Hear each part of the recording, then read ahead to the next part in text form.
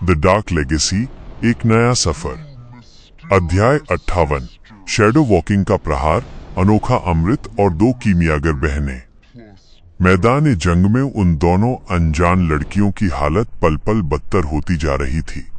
वे मौत के बिल्कुल करीब पहुंच चुकी थीं। हैरानी की बात ये थी कि वे दोनों सुंदरियां भी फायर मैजिक यानी अग्नि जादू का ही इस्तेमाल कर रही थीं, लेकिन उनका जादू उन खूंखार ब्लेज हॉर्नेड वोल्व्स के आगे बेहद कमजोर और फीका साबित हो रहा था। उन जादुई भेड़ियों के शरीर में जन्मजात आग के खिलाफ एक प्राकृतिक प्रतिरोधक क्षमता थी, जिसके कारण लड़कियों के वार उन पर बेअसर हो रहे थे। इसके विपरीत उन लड़कियों के नाजुक शरीर में आग के खिलाफ वैसी कोई सुरक्षा नहीं थी। भेड़ियों के लगातार उगलते लावे और लपटों के कारण उनके बदन के आधे कपड़े जलकर राख हो चुके थे, जिससे उनके शरीर के कुछ बेहद कोमल अंग भी साफ दिखाई देने लगे थे। झुलसाने वाली उस आग की वजह से उनके गोरे बदन पर जगह जगह काले, डरावने निशान पड़ गए थे।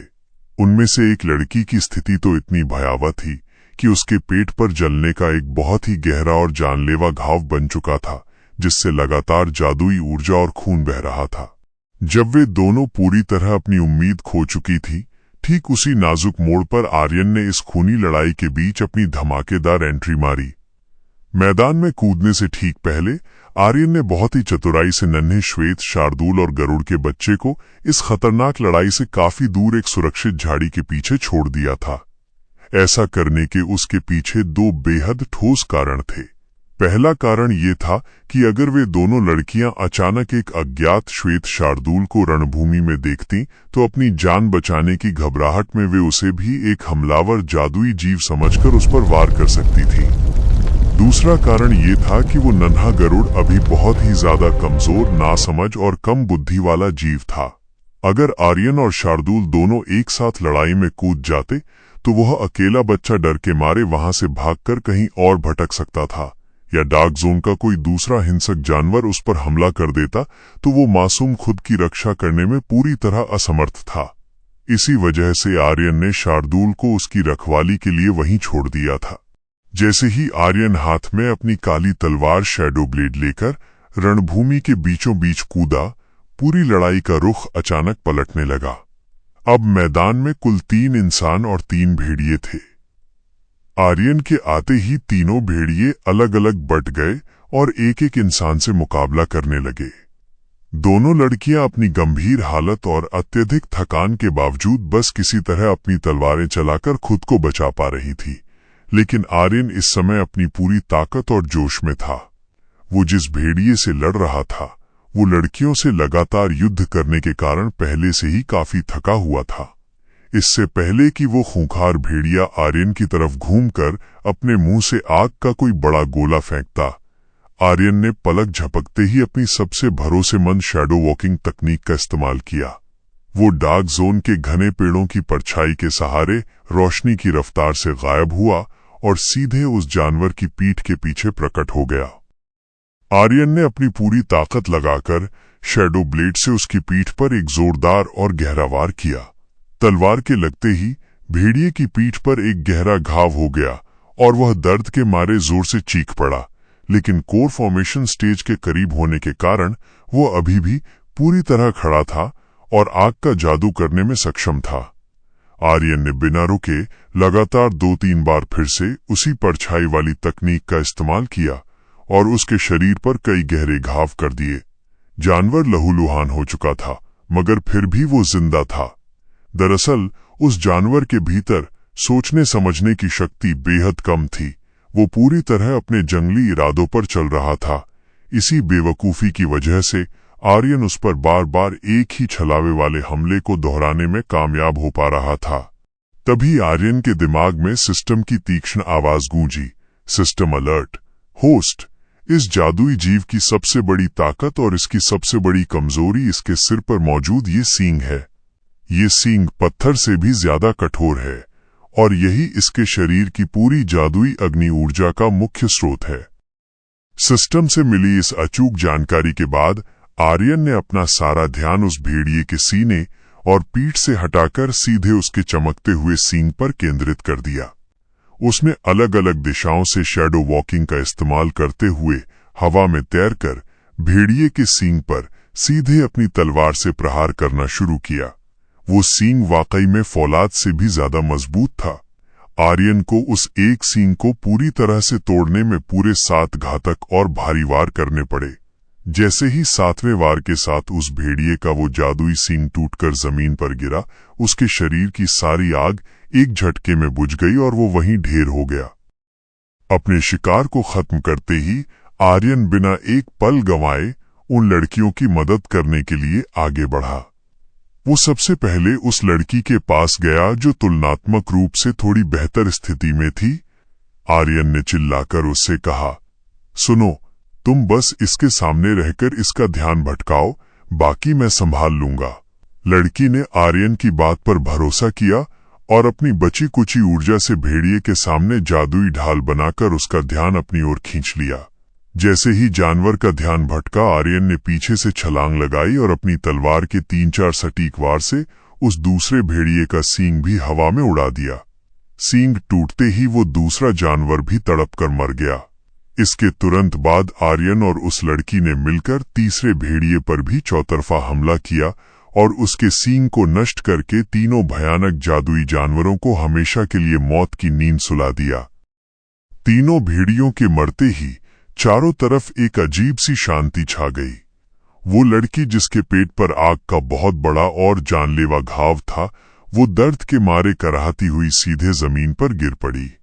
वो अपनी आखिरी सांसें गिन रही थी। उसकी साथी लड़की ने घबराकर अपनी पोटली से कुछ कल्टीवेशन पिल्स, दवाइयां निकाली और रोते हुए उसे खिलाने की कोशिश की। शिल्पा, होश में रहो, ये गोली खाओ, तुम्हें कुछ नहीं होगा। लेकिन वे गोलियां बहुत ही साधारण दर्जे की थीं और उस जादुई जहरीली आग के गहरे घाव पर उनका जरा सा भी असर नहीं हो रहा था। ये देखकर आर्यन ने तुरंत मन ही मन चुपके से सिस्टम से कहा, सिस्टम, मेरे खाते से सीधे 2500 रिवॉर्ड पॉइंट्स काट लो और मुझे तुरंत एक हाई ग्रेड हीलिंग एलिक्सर, उच्च स्तरीय हीलिंग अमृत प्रदान करो। सिस्टम नोटिफिकेशन, कमांड स्वीकार किया गया। होस्ट के कुल 23,000 रिवॉर्ड पॉइंट्स में से 25,000 की जगह 2,500 पॉइंट्स काटे जा रहे हैं। हाई ग्रेड हीलिंग एलिक्सर आपकी इन्वेंट्री में ट्रांसफर कर दिया गया है। आर्यन जानता था कि अगर वो सीधे उस नीले चमकदार जादुई अमृत को उस अनजान लड़की को पिला देगा तो उसे इस बात का कड़ा जवाब देना पड़ सकता था कि डार्क जोन के इस प्रतिबंधित क्षेत्र में उसके पास इतना दुर्लभ और कीमती अमृत कहां से आया। इस राज को छुपाने के लिए उसने अपनी जेब से कल्टीवेटर्स हॉल से खरीदी हुई एक बेहद साधारण लोअर रैंक की हीलिंग पिल निकाली और बड़ी चालाकी से उस हाई ग्रेड हीलिंग एलिक्सर की कुछ बूंदें उस गोली के ऊपर मिला दी। वो लड़कियों के पास गया और अत्यंत विनम्रता से कहा, ये गोली लो, इसे अपनी बहन को खिलाओ, ये उसकी जान बचा सकती है। उसकी सहेली ने बिना कोई सवाल किए तुरंत वो गोली शिल्पा के मुंह में डाल दी। गोली के अंदर जाते ही जो हुआ उसने खुद आर्यन को भी पूरी तरह हैरान कर दिया। उस हाई ग्रेड हीलिंग एलिक्सर का प्रभाव इस लड़की के ऊपर आर्यन और शार्दुल पर होने वाले प्रभाव से कहीं ज्यादा तेज और चमत्कारी था, क्योंकि लड़कियों का कल्टीवेशन बेस पहले से ही बहुत मजबूत था। पलक झपकते ही शिल्पा के पेट का वो खौफनाक जलता हुआ घाव भरने लगा, काले निशान गायब होने लगे और उसकी टूटती हुई सांसें फिर से सामान्य हो गई। वो पूरी तरह ठीक होकर उठ बैठी। दोनों बहनों की आंखों में साक्षात जीवन वापस आ चुका था। शिल्पा की बड़ी बहन ने राहत की एक लंबी सांस ली और आर्यन की तरफ हाथ जोड़कर बेहद कृतज्ञता से कहा, आपका बहुत बहुत धन्यवाद कल्टीवेटर। अगर आज आप सही समय पर नहीं आते तो हम दोनों बहनें इस डार्क जोन में हमेशा के लिए दफन हो जाती। मेरा नाम सिया है और यह मेरी छोटी बहन शिल्पा है। शिल्पा ने भी अपने पेट को छूते हुए अचरज से कहा, हाँ, आपका ये उपकार मैं जिंदगी भर नहीं भूलूंगी। हम दोनों पास के बड़े और प्रसिद्ध नगर शाही सेहाई की रहने वाली हैं। हम दोनों असल में फायर मैजिक यूजर होने के साथ साथ एक अल्केमिस्ट कीमियागर भी हैं। मेरी बड़ी बहन सिया का दिलचस्पी और पूरा ध्यान मुख्य रूप से कल्टीवेशन की कीमियागरी यानी दवाइयां और अमृत बनाने में है, जबकि मुझे दवाइयां बनाने से ज्यादा मैदान में युद्ध करना पसंद है। हम दोनों का फायर मैजिक अभी थोड़ा कमजोर था, इसीलिए हम अपने जादू को शक्तिशाली बनाने के लिए यहाँ फायर टाइप एसेंस कोर की तलाश में आई थी, लेकिन इन भेड़ियों ने हमें घेर लिया। आर्यन ने मुस्कुराते हुए अपना परिचय दिया। मेरा नाम आर्यन है। इतना कहकर उसने झाड़ियों की तरफ इशारा किया और सीटी बजाई। तुरंत ही छोटा सा श्वेत शार्दूल और वो नन्हा गरुड़ फुदकते हुए बाहर आ गए और आर्यन के पैरों से लिपट गए। दोनों लड़कियों की आंखें उन दोनों जीवों को देखकर फटी की फटी रह गईं। भले ही वे दोनों जीव अभी बहुत छोटे और मासूम दिख रहे थे, लेकिन अल्केमिस्ट होने के नाते वे दोनों बहनें ये अच्छी तरह समझ सकती थीं कि ये दोनों कोई साधारण जानवर नहीं, बल्कि इस पूरी दुनिया के सबसे दुर्लभ और प्राचीन जीवों की प्रजातियां थीं। सिया ने हैरान होते हुए पूछा, आर्यन, ये जीव? ये तो अत्यंत प्राचीन प्रजाति के लग रहे हैं। तुम डार्क जोन के इस प्रतिबंधित हिस्से में इनके साथ क्या कर रहे हो, और क्या तुम भी कोई गुप्त अल्केमिस्ट हो? उसने बहुत ही उत्सुकता से आगे कहा, क्योंकि जो गोली तुमने अभी शिल्पा को दी, वो बाहर से देखने में भले ही एक बहुत ही लोअर रैंक की साधारण गोली लग रही थी, लेकिन उसका हीलिंग प्रभाव इतना ज्यादा तीव्र और जादुई था कि शायद पूरे सिहाई नगर या इस पूरी दुनिया में वैसी गोली किसी बड़े से बड़े अल्केमिस्ट के पास भी मौजूद न हो। उसकी शुद्धता अद्भुत थी। आर्यन ने स्थिति को भांपते हुए तुरंत मनगढ़ंत झूठी कहानी बनाई और मुस्कुराकर कहा, नहीं नहीं सिया जी, मैं कोई अल्केमिस्ट नहीं हूं। मैं तो बस पास के एक छोटे से गांव चंदनपुर का रहने वाला एक साधारण सा मुसाफिर हूं, जो मूनलाइट गिल्ड के एक टास्क के सिलसिले में यहां आया है। रही बात उस गोली की, तो वो गोली मुझे अपनी एक पुरानी यात्रा के दौरान किस्मती से एक लावारिस गुफा में एक मरे हुए प्राचीन साधु के पास से मिली थी। मुझे नहीं पता था कि वो इतनी ज्यादा शक्तिशाली होगी। मेरे पास वैसी बस एक ही गोली थी जो मैंने आपकी बहन की जान बचाने के लिए दे दी। दोनों बहनों ने आर्यन की इस झूठी कहानी पर पूरी तरह विश्वास कर लिया, क्योंकि उन्हें अंदाजा नहीं था कि आर्यन के पास एक जादुई सिस्टम है। वे आर्यन की इस दरियादिली और सच्चाई की कायल हो गईं कि उसने अपनी इकलौती कीमती गोली एक अनजान इंसान की जान बचाने के लिए बिना सोचे समझे दे दी। उनके चेहरे पर राहत के भाव देखकर आर्यन ने अपनी तलवार उठाई और फुर्ती से उन तीनों मृत ब्लेज हॉन्डेड वोल्व्स के शरीरों को चीर दिया। अगले ही पल उसके हाथों में जलते हुए अंगारों की तरह चमकते हुए 3 फायर टाइप एसेंस कोर थे। लाल रंग के उन चमकदार कोरों को हथेलियों में थामे आर्यन कुछ पलों के लिए गहरे विचारों में खो गया। उसके दिमाग ने एक न्यायसंगत तर्क दिया। असल में इन जादुई जानवरों को सबसे पहले इन दोनों बहनों ने ही खोजा था। इनसे लोहा लेकर इन्होंने ही भेड़ियों को अधमरा और कमजोर किया। ऊपर से ये दोनों अल्केमिस्ट हैं, जिन्हें अपने फायर मैजिक को निखारने के लिए इन कोर्स की सबसे ज्यादा जरूरत है। तकनीकी तौर पर देखा जाए तो इस शिकार पर पहला हक इन्हीं का है। लेकिन तभी आर्यन के भीतर मूनलाइट गिल्ड से मिले उस बेहद जरूरी टास्क को पूरा करने का लालच भी सिर उठाने लगा, जहां उसकी झोली में एक से बढ़कर एक महा इनाम गिरने वाले थे। दिल और दिमाग के बीच कुछ देर चली इस कश्मकश के बाद उसने एक बीच का रास्ता ढूंढ निकाला। उसने अपने चेहरे पर एक दोस्ताना मुस्कान बिखेरी और 3 में से 2 चमकते हुए कोर आगे बढ़ाते हुए कहा, सिया जी, शिल्पा, ये 2 फायर टाइप एसेंस कोर आप दोनों रख लीजिए। आखिर इन खूंखार जानवरों को कमजोर करने का असली काम आप ही ने किया था। ये तीसरा कोर मैं अपने गिल्ड टास्क को पूरा करने के लिए रख रहा हूं।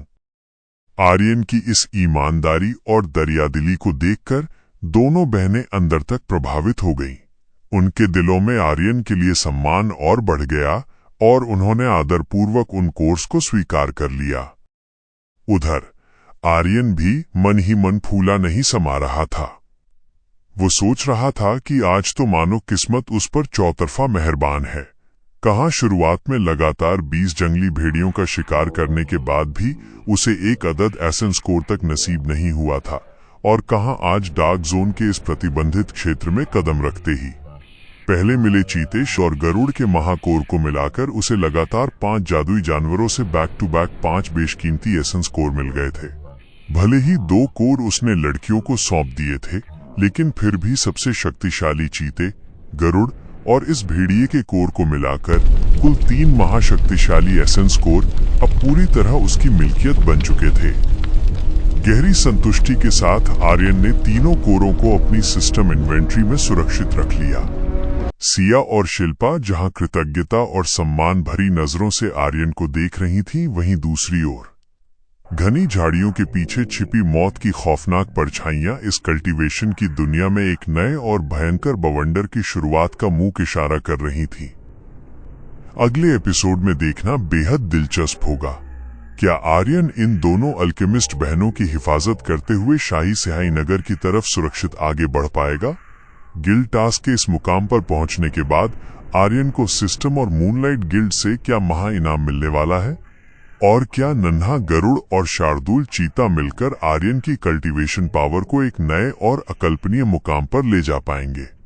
जानने के लिए जुड़े रहें द डार्क लेगेसी एक नया सफर के साथ। कहानी के इस नए मोड़ पर अपने विचार कमेंट बॉक्स में लिखना और चैनल को सब्सक्राइब करना बिल्कुल न भूलें।